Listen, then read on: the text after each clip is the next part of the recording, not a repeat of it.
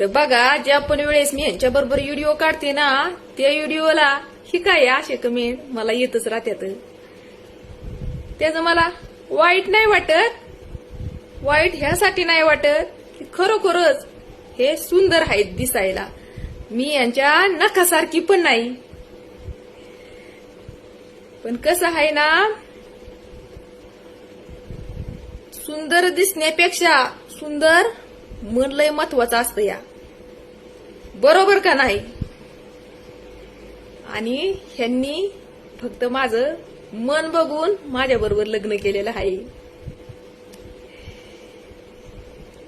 आता काही लोक मला म्हणतात की ताई, दाजींचं मन नाही होय मग चांगलं. तर थोडक्यात आणि 2 शब्दामध्ये तुम्हाला सांगते.